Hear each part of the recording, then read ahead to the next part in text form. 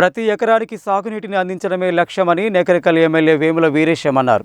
ఐటిపాముల lift irrigation ప్రాజెక్టును 8 నెలల్లో పూర్తి చేయిస్తామన్నారు.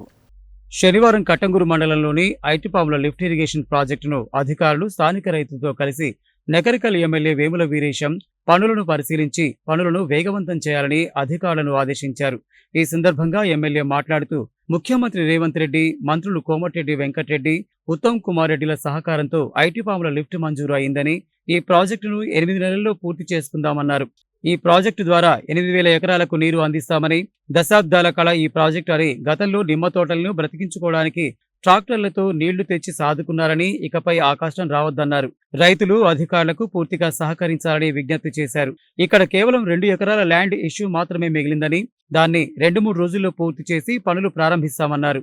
త్వరలో నీటిపారుదల మంత్రి నల్లమాద ఉత్తమ్ కుమార్ రెడ్డి చేతుల మీదుగా పనులను ప్రారంభిస్తామని తెలిపారు.